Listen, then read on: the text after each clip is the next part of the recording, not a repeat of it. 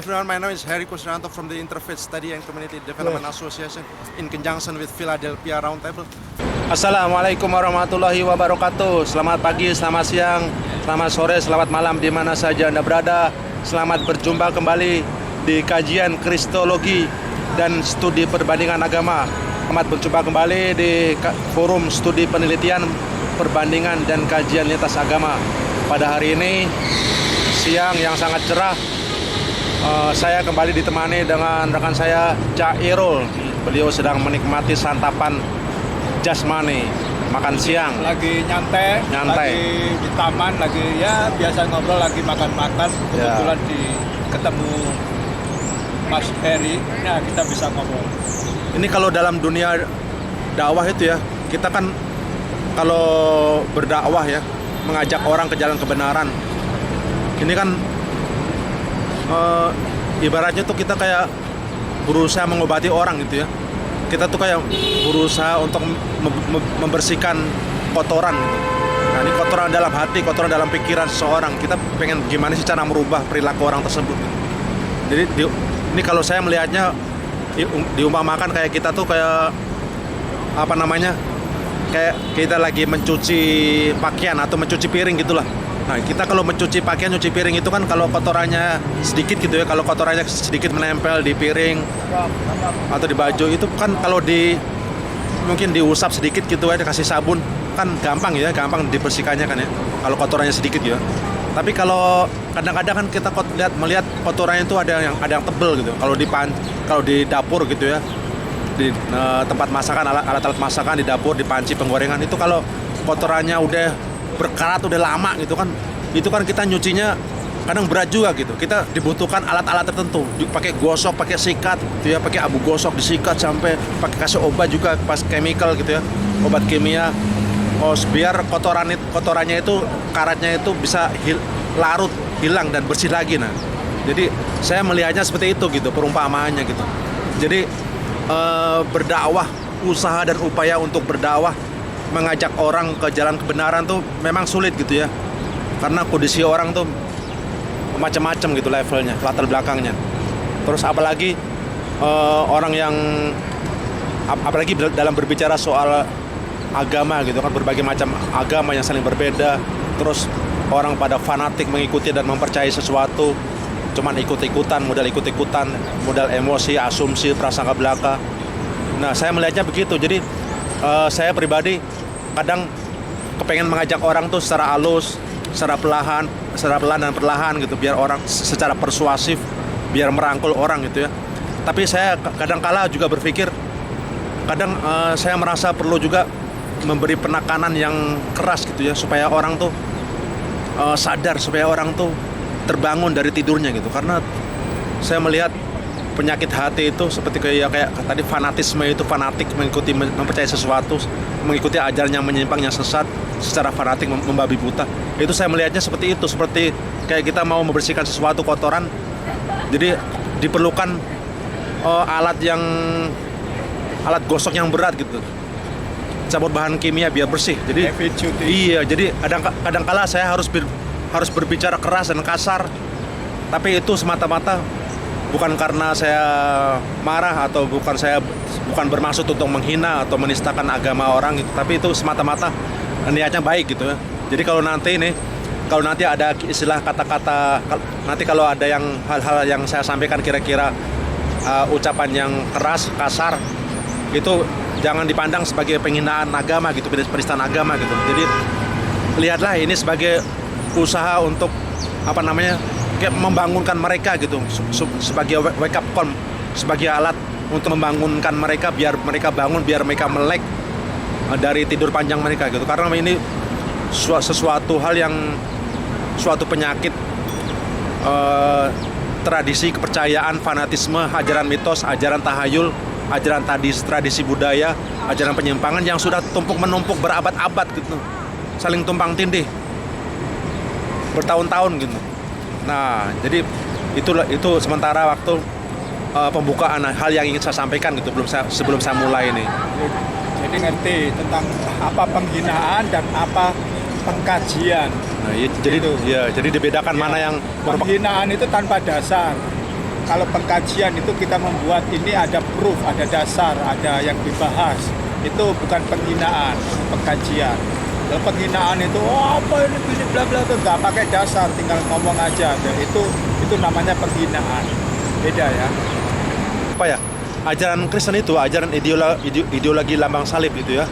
Karena saya ini sudah meneliti, saya sudah melakukan research, saya sudah melakukan kajian analisa dan meneliti, dan bahkan saya menulis buku gitu ya, yang saya terjemahkan dalam 4 bahasa lagi. Jadi saya nggak main-main gitu. Apa yang saya sampaikan saya serius, dan saya punya bukti, semua akan saya buktikan. Saya bertanggung jawab apa yang saya ucapkan, apa yang saya sampaikan gitu. Jadi saya nggak cuman sekedar cuap atau berkuar-kuar gitu ya.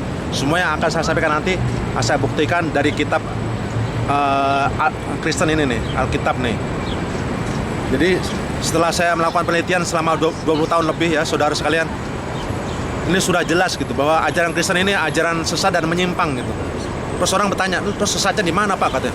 Ya itu saya bilang dalam video sebelumnya, saya sampaikan, ini kan umat Kristen ini, umat gereja ini, mereka menyampur adukan 2 hal gitu loh. Mereka menyampurkan kebenaran dan kebohongan. Mereka menyampur adukan jalan kebenaran dan kebatilan. Mereka menyampur adukan jalan kebenaran dan kekafiran, kemusyrikan. Mereka menyampur adukan antara identitas Tuhan dan identitas manusia gitu. Mereka menyampur adukan ajaran Yesus dengan ajaran Paulus. Ini persoalannya.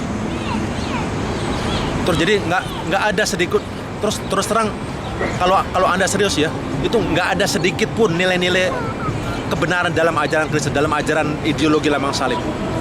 Coba aja saya mulai dengan logika akal sehat. Yesus itu orang baik-baik ya. Yesus itu orang baik-baik. Yesus itu tidak bersalah. Yesus itu tidak berdosa. Yesus itu bukan penjahat. Yesus itu bukan koruptor. Umat Kristen sendiri yang bilang Yesus itu katanya suci. Oke, kalau Yesus itu suci, berarti kan konsekuensinya, implikasinya, ya kenapa kalian memaksa mau menyakiti Yesus gitu? Kenapa Yesus mau kalian cincang, mau kalian pukul, mau kalian sakiti, mau kalian hukum, terus mau kalian salib gitu? Kalau Yesus itu suci, tidak bersalah, ya udah kenapa kenapa dia mau disiksa, mau disalib, mau digantung? Udah gitu di atasnya lagi, ditambah lagi, dia disuruh menanggung dosa beban orang lain. Itu kan nggak adil, nggak wajar gitu. Nggak ada keadilan di situ. Maka prinsipnya di mana tidak ada nilai-nilai keadilan, maka secara otomatis tidak ada nilai kebenaran di dalamnya gitu. Nah itu baru pakai logika sederhana gitu. Itu aja tuh, sederhana. Terus dicampur lagi, waduh segala macam lah. Jadi sudah terlalu banyak penyimpangan, kesesatan, kemunafikan, kejahatan, double standar, bermuka dua gitu. Terlalu banyak korupsi yang Anda lakukan nih, bila Anda mendengar kajian ini. Nah ini sebentar lagi akan saya kupas langsung deh, supaya menyikat waktu gitu. Saya nggak bermaksud lama-lama sebenarnya, tapi langsung aja deh. Ini akan dibacakan oleh Chairul. Oh ya, jangan lupa nih, Chairul nih sekali lagi ya, mungkin yang kalian sudah kenal. Beliau adalah budayawan, seniman, tokoh masyarakat, dan juga admin dari Indo Philly Channel yang sedang berkembang pesat sekarang nih. Jadi sekarang alasan saya ngajak beliau nih karena saudara, saya mau berbagi ilmu gitu ya. Saya tiap kali ketemu dia ini selalu saya traktir, saya sedekah. Nah jadi saya niatkan kajian pokok ini sebagai usaha juga sedekah, berbagi ilmu gitu, berbagi ilmu kristologi, karena nggak banyak umat Islam yang memahami ilmu kristologi gitu. Nah kalau ada umat Islam yang paham dengan kristologi, nggak mungkin umat Islam itu murtad gitu. Kenapa? Karena sekarang ini kan banyak fenomena di mana orang-orang umat Islam yang murtad meninggalkan kebenaran cahaya Islam gitu. Itu kan ini aneh gitu. Mereka nggak paham Islam, nggak paham Al-Quran. Juga di sisi lain mereka nggak paham dengan ajaran Kristen sendiri gitu. Kalau umat Islam memahami ajaran Kristen, kalau umat Islam memahami Alkitab, umat Kristen itu, kalau umat Islam tahu berapa banyaknya kejahatan dalam Alkitab, dalam doktrin agama Kristen, mereka nggak mungkin akan masuk agama Kristen gitu. Buat apa? Itu parah gitu. Jadi orang yang murtad itu yang sekarang lagi marak di Indonesia itu kebangetan gitu. Makanya saya buat kajian video ini untuk membangunkan mereka, untuk merespon mereka gitu. Baik, sekarang akan dibuka langsung nih dengan Chairul. Langsung aja nih di sini. Nah, Nah, ini sebelum saya sampaikan begini. Dalam kajian ini saya mau menekankan ada 3 ayat, 3 dalil nih ya, 3 bukti yang mengatakan bahwa dalam Alkitab ini ya, nih, nah, ini Alkitab Injil ya, Alkitab. Nah, saya akan saya kutip 3 ayat yang mengatakan bahwa ajaran Kristen, ajaran sesat, ajaran ideologi lambang salib itu adalah jalan singkat, potong jalan, ajaran sesat, ajaran menyimpang, ajaran mitos, ajaran tahayul, ajaran buatan manusia. Nah, karena itu ajaran sesat dan menyimpang, maka artinya itu adalah sia-sia, percuma. Jadi bagi Anda umat Kristen, umat gereja, silakan sadar, bangun, buka mata gitu. Akan saya tunjukkan 3 ayat yang mengatakan bahwa ajaran Kristen itu, ajaran ideologi lambang salib buatan Paulus itu ajaran sia-sia. Jadi percuma, buang-buang waktu, buang-buang tenaga, buang pikiran, buang segala macam, nggak ada gunanya gitu. Nah, sana akan dikutip nih, akan dibacakan oleh Cairul Korintus, 1 Korintus ini ya, 1 Korintus 15 ayat berapa itu? 1 Korintus ayat 13, ya ini, kalau tidak ada kebangkitan orang mati, maka Kristus juga tidak dibangkitkan. Kemudian yang ayat 14, tetapi andai kata Kristus tidak dibangkitkan, maka sia-sialah pemberitaan kami dan sia-sialah juga kepercayaan kamu. Nah, tuh ayatnya jelas ya. Boleh diulangi lagi yang keras. Ya. Ayat 12-nya Ulangi dari awal aja. jadi ini ya, Ya, ini, Korintus 15. Korintus 15 ayat ya. 1. Ini Kalau dari kata kalau. ayat yang ke-12, kalau tidak ada kebangkitan orang mati, maka Kristus juga tidak dibangkitkan. Kemudian ayat selanjutnya, tetapi andai kata Kristus tidak dibangkitkan, maka sia-sialah pemberitaan kami dan sia-sialah juga kepercayaan kamu. Nah,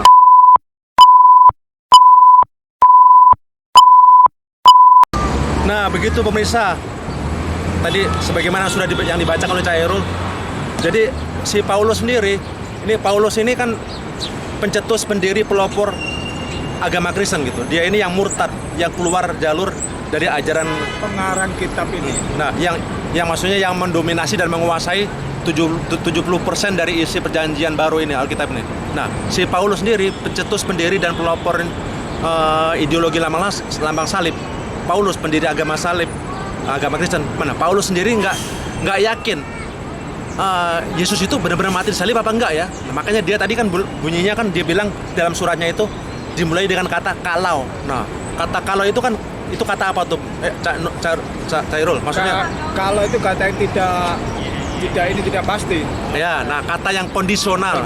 Kondisional itu kata yang belum pasti, yang masih belum yakin, belum absolut, belum mutlak. Ya, Jika kalau belum tidak mutlak gitu loh. Jadi masih remang-remang, masih angan-angan, masih nebak-nebak gitu lah ya. Jadi seandainya, andai kata, jikalau. Nah, itu kan kata-kata yang nggak yakin gitu. Kalau. Jadi Paulus sendiri nggak yakin. Jadi Yesus ini benar-benar mati di salib apa enggak ya? Jadi dia masih bertanya gitu loh. Nah, Paulus bilang seandainya Yesus itu tidak mati dan tidak disalib, ya artinya semua ajaran kalian, semua kebaktian minggu, pelayanan itu segala macam, cinta kasih, ibadah minggu, itu semuanya nggak ada gunanya, sia-sia gitu loh. Nah, itu poin yang saya mau tekankan. Jadi Paulus sendiri, pendiri agama Kristen, Paulus sendiri tidak yakin. Nah, ini kalau pencetus, pelopor dan pemimpinnya aja nggak yakin, bagaimana Anda kok begitu yakin, begitu fanatik, berkuar-kuar menyebarkan agama Kristen sampai mau mempengaruhi orang, mau memurtadkan umat Islam segala lagi. Nah, itu kan parah, sia-sia lagi. Paulus bilang sia-sia. Nah, ini poinnya, ini seakan-akan seolah-olah Paulus ini menanyakan sesuatu. Jadi dia tidak yakin, makanya dia bilang kalau seandainya, andai kata Yesus tidak mati, ya berarti kepercayaan kalian, ibadah kalian, pelayanan kalian yang minggu pagi segala macam tuh, agama Kristen segala macam, haleluya, itu semua sia-sia, percuma, buang waktu, buang tenaga, buang uang. Nah, sia-sia. Jadi Paulus ini seolah-olah dia menanyakan sesuatu atau dia menyampaikan pertanyaan. Nah, sekarang poinnya begini. Di saat Paulus menanyakan pertanyaan yang sangat penting, apakah Yesus benar-benar mati di salib apa tidak ya? Nah, jadi Paulus sendiri bilang, kalau enggak ya sia-sialah, percuma agama kamu.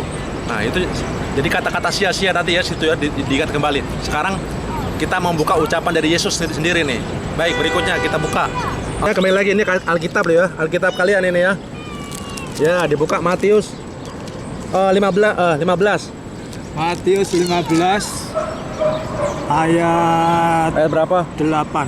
Yuk, Bangsa ini memuliakan aku dengan bibirnya, padahal padahal hatinya jauh daripadaku. Kemudian ayat 9-nya, percuma mereka beribadah kepadaku, sedangkan ajaran yang mereka ajarkan ialah buatan manusia. perintah manusia. Nah, coba kita renungkan sekali lagi, baca sekali lagi, Kembali pelan-pelan. lagi ya. Keras. Jadi Yesus berkata tuh ya. Bangsa ini memuliakan aku dengan bibirnya ya. Bangsa ini memuliakan aku dengan bibirnya, padahal hatinya jauh daripadaku. Percuma mereka beribadah kepadaku, sedangkan ajaran yang mereka ajarkan ialah perintah manusia.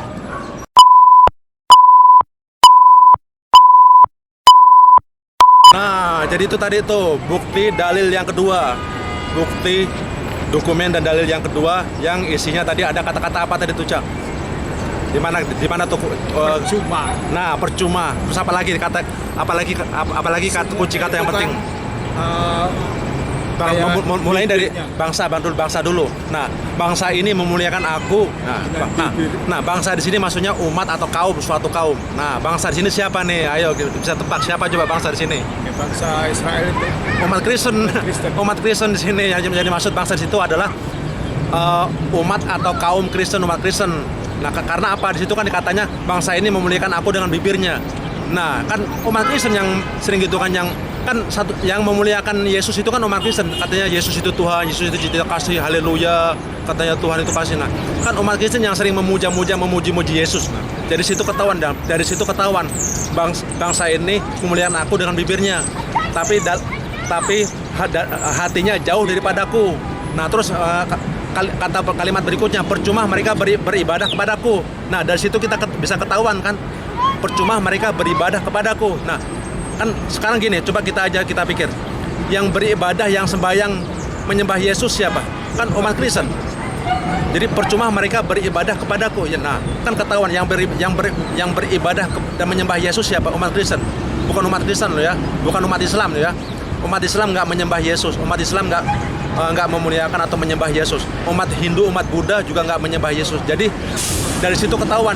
Jadi itu tadi deskripsi ciri-ciri khas orang-orang Kristen itu, orang-orang gereja itu, bangsa ini, kaum ini, itu maksudnya umat Kristen, kaum Kristen, ya, kaum Kristen tuh. Kaum ini memuliakan aku dengan bibirnya, tapi percuma kan tadi apa? Kata-kata yang sejalan tadi itu, sia-sia kan, percuma, sia-sia. Terus kalimat berikutnya apa? Masih ingat nggak, Cak?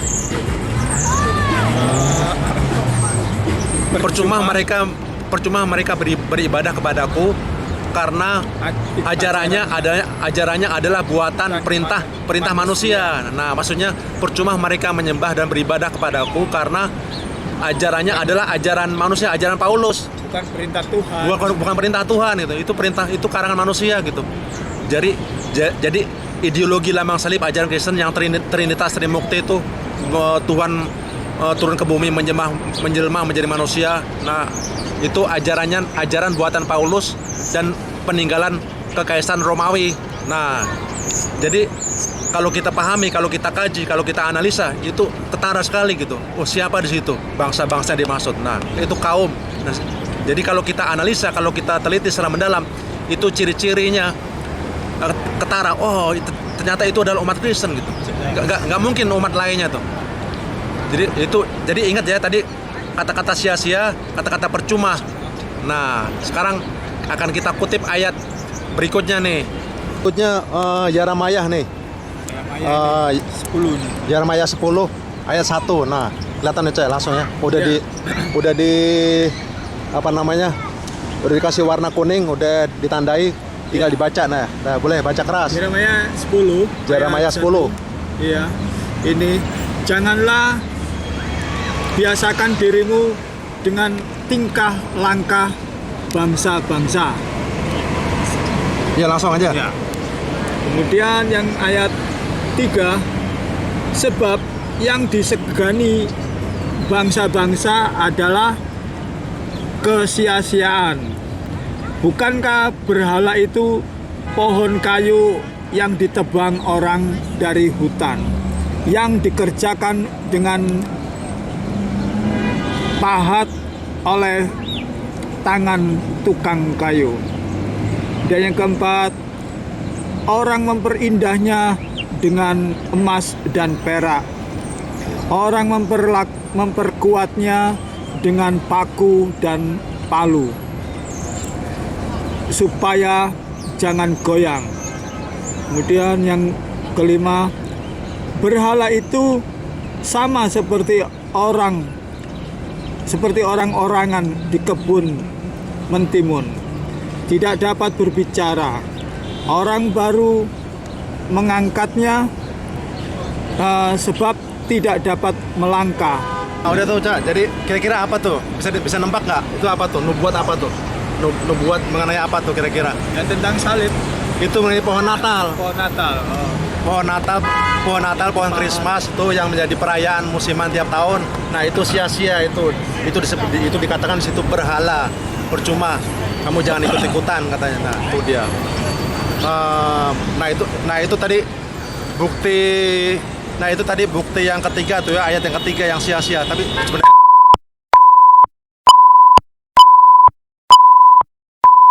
sebentar nih. Sebenarnya ada ayat lain yang lebih tegas lagi.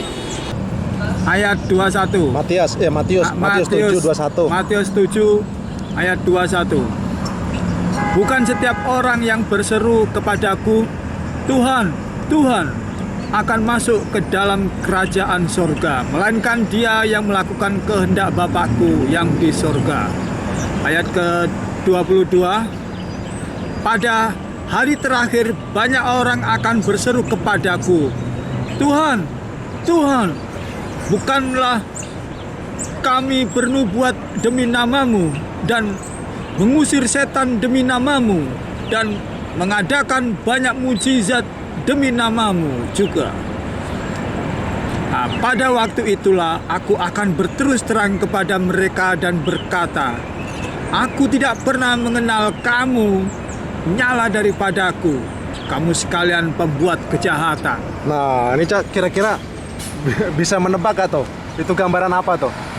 Ya itu bahwa Yesus menyangkal bahwa dia itu sebenarnya bukan Tuhan, karena aku tidak mengenal, karena dia tidak diinikan. Nah, coba kita lihat.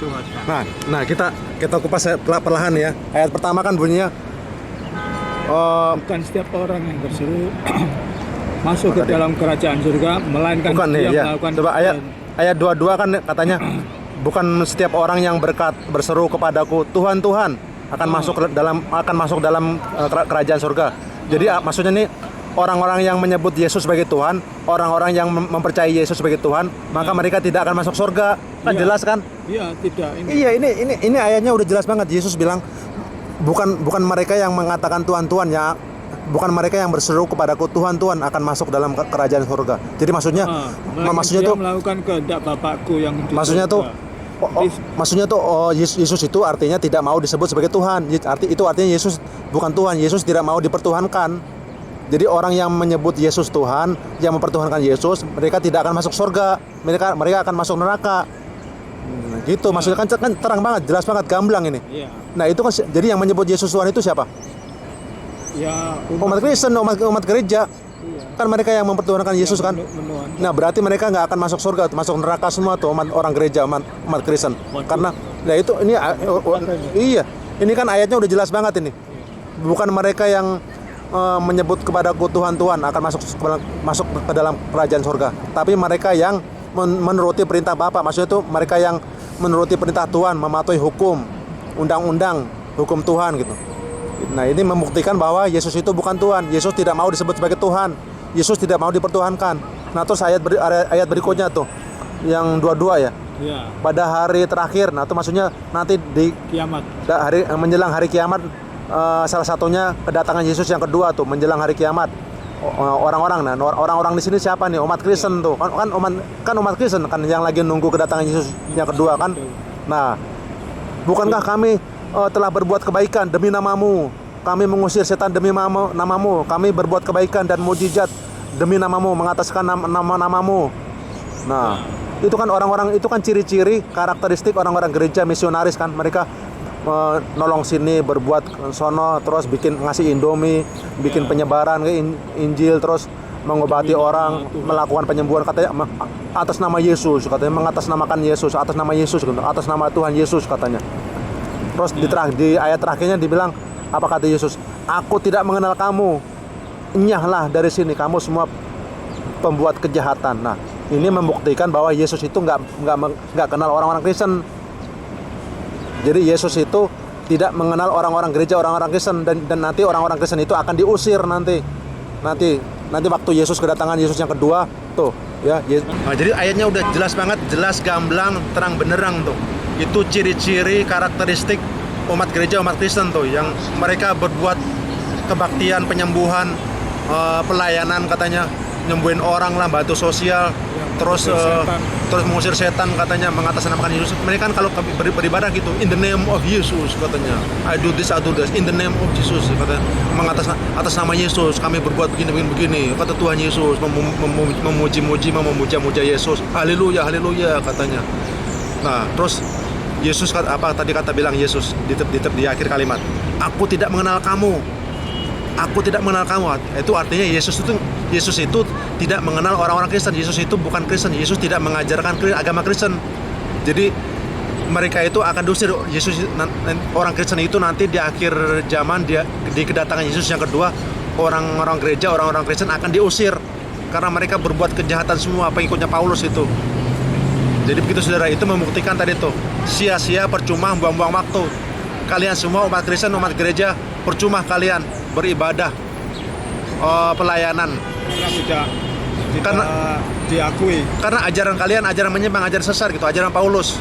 Yesus nggak pernah mengajarkan kekristenan tuh. Yesus tidak mati dan tidak disalib. Yesus tidak pernah mengaku dirinya sebagai Tuhan. Yesus tidak pernah mengaku dirinya sebagai anak Tuhan.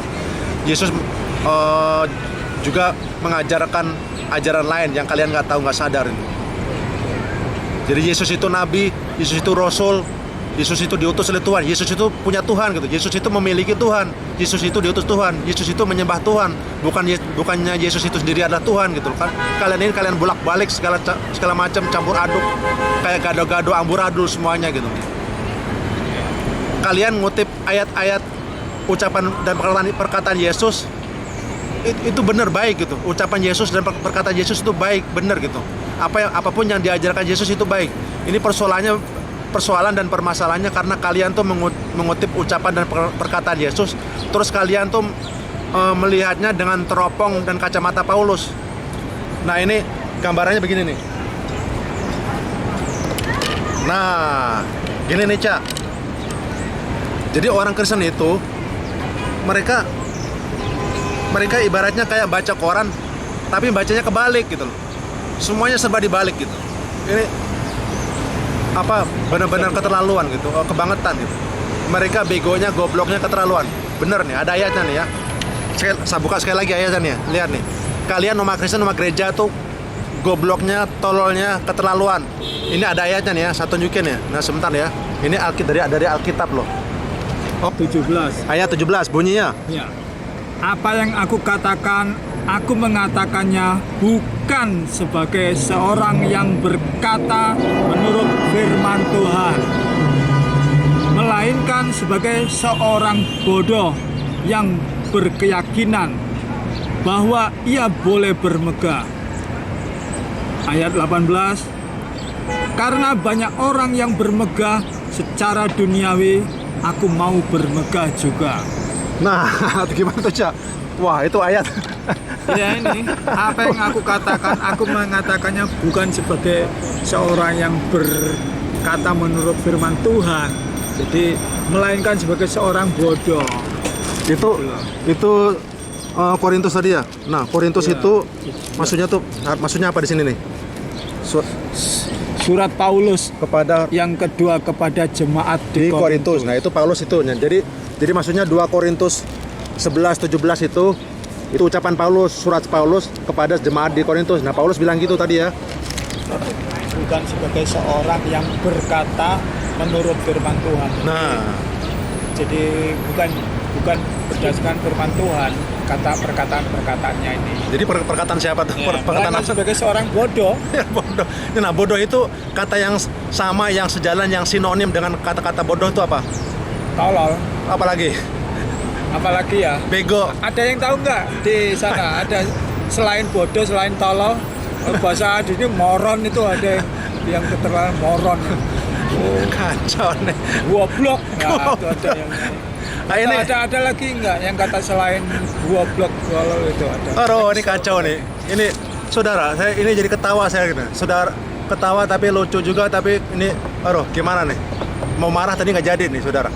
Itu ayatnya udah jelas begitu. Nggak usah marah, buat si, apa? si Paulus saja, Paulus ini pencetus, pelopor, pendiri ideologi lama salib. Dalam suratnya Paulus bilang, saya ini nggak berkata dari firman Tuhan, saya berkata dari diri saya sendiri sebagai seorang yang bodoh.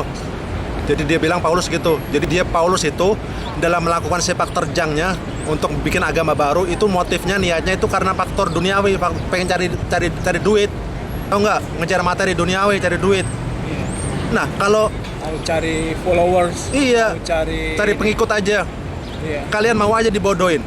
Kalian umat gereja, umat Kristen, para pastor, pendeta, bishop segala macam tuh percuma, embel-embel seragam segala macam tuh, pernak-pernik, semuanya kamu plaza, nggak ada gunanya, percuma tuh, sia-sia. Popularitas.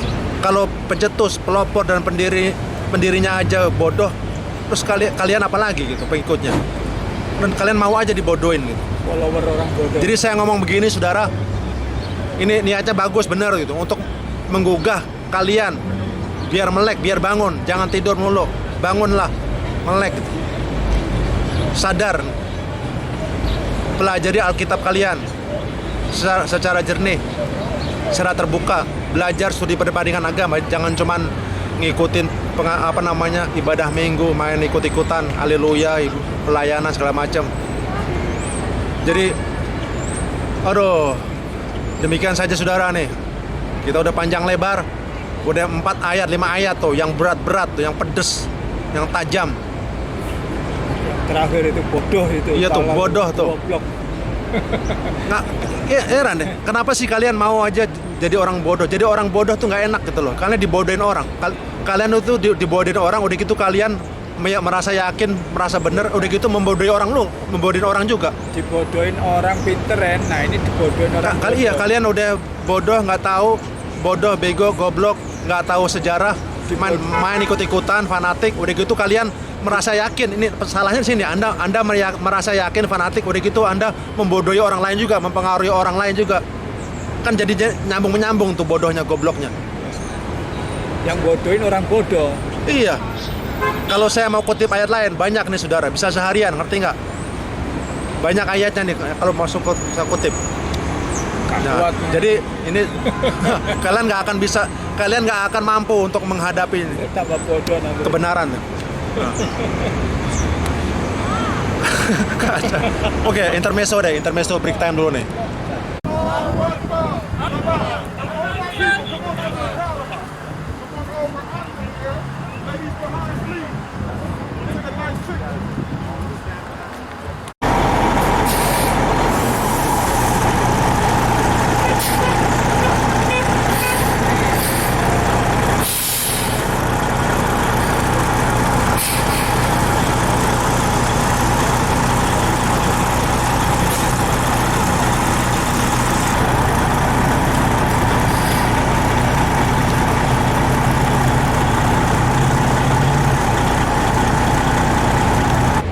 Oke deh guys, ini terakhir nih ya. Tadi lupa tuh. Tadi mau poinnya yang mau saya omongin tuh guys. Jadi gini Cak, umat Kristen itu saking bodohnya.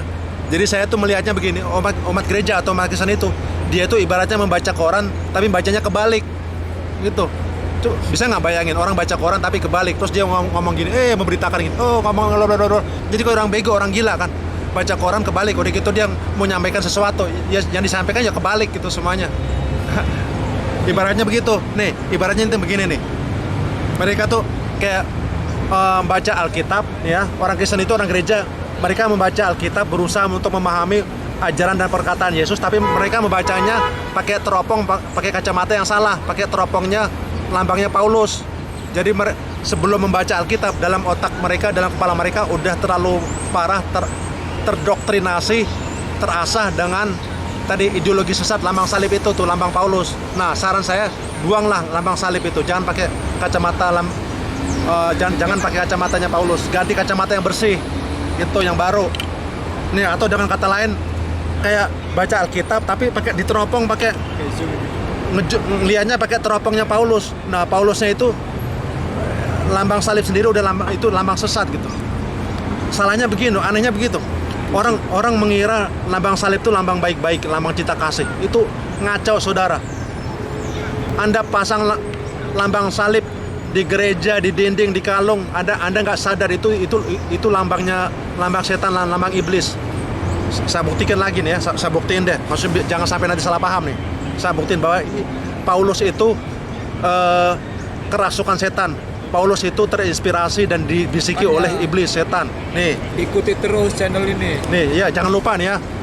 Jangan lupa diikuti channel ini, di subscribe, di share. Kamu bisa tambah apa? Biar tambah pinter, biar tambah penasaran, biar kamu cerdas dan pinter nih. Ini sekali lagi saya kutip ayat terakhir ya. Tadi banyak rahasia-rahasianya nih. Iya, sekarang 2 Korintus. Ya, 2 Korintus ayat 7. Bunyinya kata Paulus. Kata Paulus ini, aku diberi suatu duri di dalam dagingku, yaitu seorang utusan iblis. Utusan apa? Utusan apa? Wah, ini gawat ini. Seorang utusan iblis untuk menggocoh aku. Hore! Selamat. Buat suatu duri di dalam dagingku, yaitu seorang utusan iblis.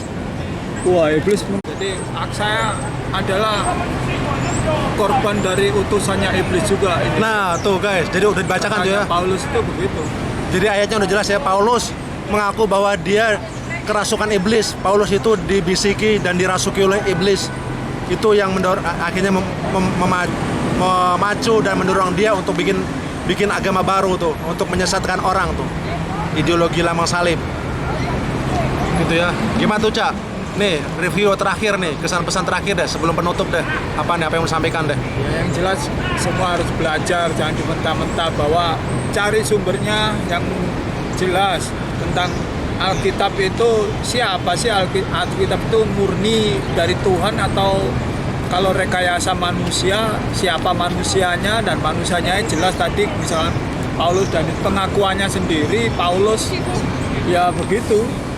Paulus itu terakhir ya, satu dia orang tolol alias goblok, kemudian satu lagi dia adalah termasuk di ini kan iblis.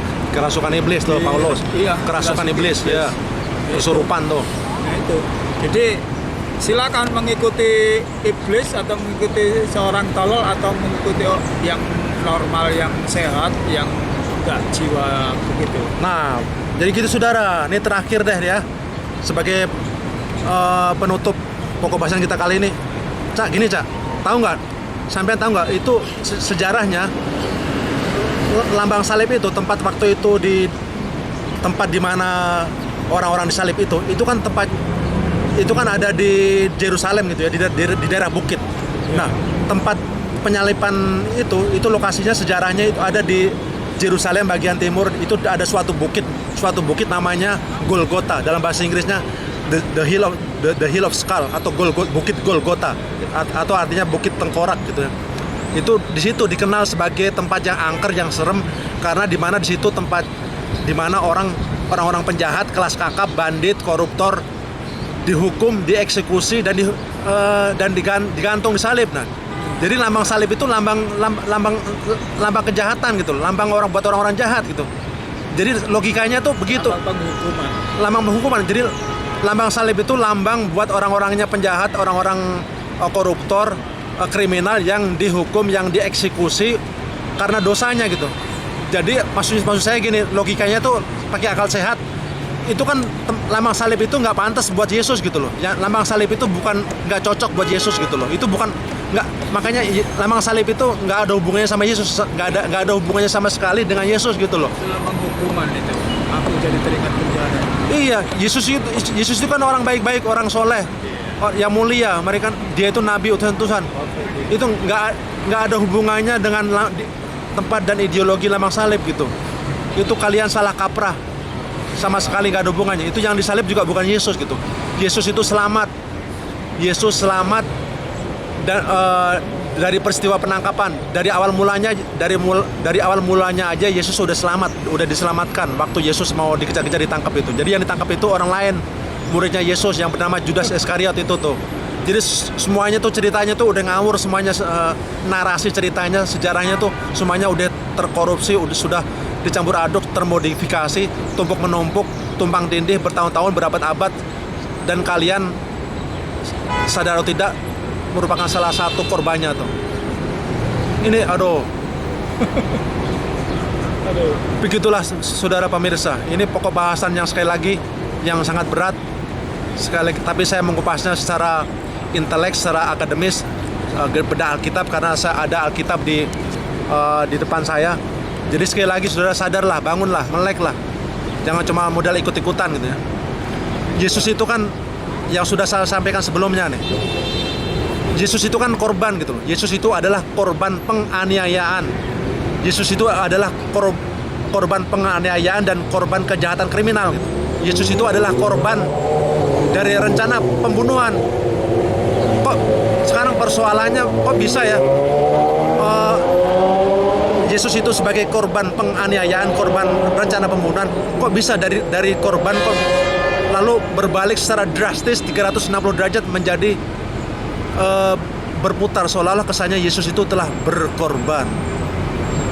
Gimana tuh, Cak? Itu kan kejahatan manipulasi yang licik banget gitu. Iya. Dari korban kok bisa jadi berkorban? Itu kan dua kata yang berbeda. Korban dan kata berkorban itu udah dua tuh, kesannya aja udah berbeda. Kalau korban itu korban kejahatan, korban penganiayaan. Tapi kalau berkorban maka kesannya seolah-olah Yesus itu kalau kayak digambarkan kesannya kayak pahlawan gitu loh. Nah, disitulah letak kejahatan, kelicikan, kemunafikan kalian gitu. Atau kalian nggak sadar gitu loh. Ini kejahatan yang sudah tertutupi, terselubung, terorganisir dan terinstitusi dari abad ke abad. Yesus adalah korban penganiayaan, kok langsung diputar, dipelintir 360 derajat menjadi labelnya dirubah, terus dibikin label berkorban, seolah-olah kesannya Yesus itu adalah pahlawan. Yesus telah berjasa. Oh, Yesus itu adalah juru selamat katanya. Telah berkorban untuk menebus dosa kita. Hore, haleluya, hidup merdeka. Aduh, saudara, sadarlah. Ini ibaratnya tuh kayak kotoran tai kucing tapi dibungkus coklat pakai gula manis langsung dijual ke orang. Tuh analoginya seperti gitu. Ini kan parah, saudara. Baik, demikian saja apa yang dapat saya sampaikan. Udah terlalu panjang lebar nih. Ya. Saya berkuar-kuar sini. Jadi yang penting kita salam tidak goblok. Iya. Ya, mari. Ya. Baik, kepada Anda yang murtad, para murtadin, sadarlah, kembalilah ke jalan kebenaran Islam. Salam sehat, salam tidak goblok. Anda yang murtad, kembalilah ke ajaran Islam mumpung masih ada waktu dan masih ada kesempatan. Bagi Anda umat Kristen yang masih Kristen, pelajari Islam, pelajari Al-Quran, pertimbangkan dan ikuti segera. Jangan tunggu waktu. nanti apa namanya, jangan sampai nanti malaikat datang mencabut nyawa tiba-tiba, siapa tahu tuh kan nggak ada yang tahu ajal manusia. Bagi Anda umat Kristen, umat Yahudi, Hindu dan Buddha semuanya ikuti kebenaran Al-Quran, kebenaran Islam, kebenaran Nabi Muhammad. Ya, jangan lupa tuh nanti video saya di-subscribe, di-share, bagikan yang lainnya biar dapat pahala. Terus tulis komen yang baik-baik. Saya juga minta maaf nih kalau ada kata-kata kasar, kata-kata yang kurang berkenan. Jangan dilaporin polisi ya. Jangan saya dilaporin polisi itu. Polisinya kasihan nanti. Kasihan polisinya nanti jadi capek. Ngurusin. Iya, polisinya capek nanti jadi lembur. Kebanyakan laporan. Iya. Baik, begitu saja. Terima kasih atas kesediaan Anda semuanya telah menyaksikan kajian Kristologi dan studi perbandingan agama dari kota Philadelphia. Saya Heri Kusrianto bersama Ca Erol akan beranjak dari sini. Selamat berjumpa kembali di lain waktu pada topik dan pokok bahasan yang berbeda. Wassalamualaikum warahmatullahi wabarakatuh. Yang perlu dilaporin itu koruptor maling garam negara itu, uang rakyat itu.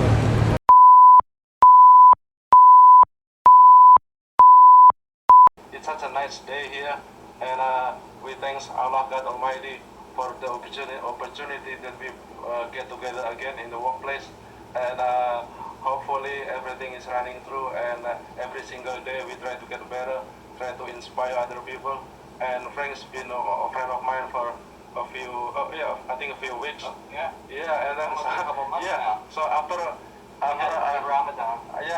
this is the end of the Ramadan, the last day of the Ramadan, and after he reviewing and reading my book that I gave him, he considering himself to get better, to upgrade his life, to be on the right track, to seek knowledge, to entering the pool of Islam, entering the truth. So we've been practicing for a while, and how to enter the gate of heaven, how to get the ticket to eternal paradise. So like I say yearly, it's very easy. So we try to practice here, very simple. Like I bear witness. Say I bear witness. I bear witness. There is no God. There is no God. There is no deity There is no deity that worthy to be worshipped. That worthy to be worshipped. that's worthy to be worshipped Except Allah. except Allah. And I bear witness And I bear witness that Muhammad, that Muhammad, peace be upon him, peace be upon him, that he was the last messenger that he was the last messenger sent to the whole mankind. sent to the whole mankind. So we could continue to say in Arabic, Ashhadu, Continue in Arabic. Ashhadu, Ashhadu Allah, Allah ilaha, ilaha illallah, illallah wa ashhadu, wa ashhadu anna anna Muhammad, Muhammad Rasulullah. Rasulullah. That's it. Takbir, Allahu Akbar, Allah Allah is great. Allah Akbar. Yeah, hey, go. Simple. This is Heri Kusrianto from the Interfaith Study and Community Development Association. I'm here with my friend, my best friend Rich. He's been here for a while. He's a carpenter and what's a locksmith? Yeah, lockwork. Lockwork. Not too much carpentry, just a little bit. Yeah. So he been running around. We hang out together, and he A little bit been of maintenance work, stuff like that. he been study. He read you like read a lot of book, right? And he history book, religious book. He been through a lot of stuff in his life. He got a lot of experience in life. He been a good Christian. He hang out with Muslims. So we happen to be like try to know each other. What is Islam? What is Muslim? Music of the Yeah. Quran calms me down, Yeah, I relaxes me, Yeah. Oh my God. Yeah. calms me down, makes me be a good person. Right. I want to be a good person. I don't want to, That's kind of curse or scream or any of that Right. stuff. I want to That's listen to the music and right. calm down and just. That's kind of common sense. I was born and raised Catholic, but Yeah. Irish told me it's better. This- I think it's definitely better yeah, for me this- to become Muslim. This kind. Yeah. So like I say, we want to make it very easy. So to say to become Muslim is to accept Islam is very simple. Nothing complicated.